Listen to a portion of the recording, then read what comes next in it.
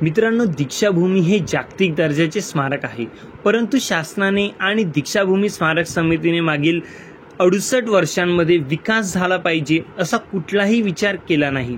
त्याऐवजी दीक्षाभूमी परिसर कमी करण्याचा शासनाच्या आणि समितीचा परस्पर हेतू आहे असं आमच्या लक्षात येत आहे। सध्या स्थिती दीक्षाभूमी परिसरात परमपूज्य doctor Babasaheb Ambedkar college, cricket academy आणि लॉ कॉलेजला ही जागा देण्यात आली।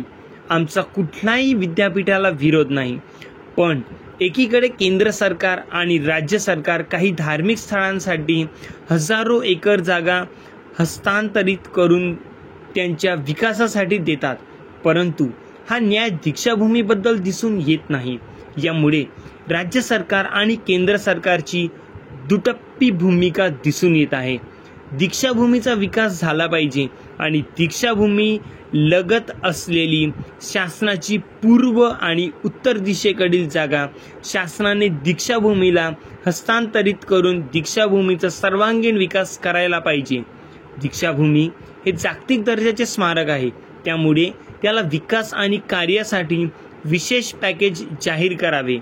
शासन प्रशासनाला आमची विनंती आहे की त्यांनी या मागणीची तात्काळ पूर्तता करावी आणि तुमचे 50 गट या शब्दात उत्तरे न देता मागणीची पूर्तता करावी। आमच्यासाठी डॉक्टर बाबासाहेब आंबेडकर हेच एकमेव नेतृत्व आहे आणि त्यासाठी आंबेडकरी जनता एकत्रित येते। शासनाने यानंतर कुठलाही निर्णय घेण्याआधी समस्त आंबेडकरी जनतेला विश्वासात घ्यावे। तर मित्रांनो, ही संपूर्ण माहिती दीक्षाभूमीचे विस्तारीकरण झालेच पाहिजे या समर्थनार्थ धम्मध्वज यात्रा काढण्यात आली होती। या धम्मध्वज यात्रेचे मुख्य आयोजक आहे दीक्षाभूमी संघर्ष समिती।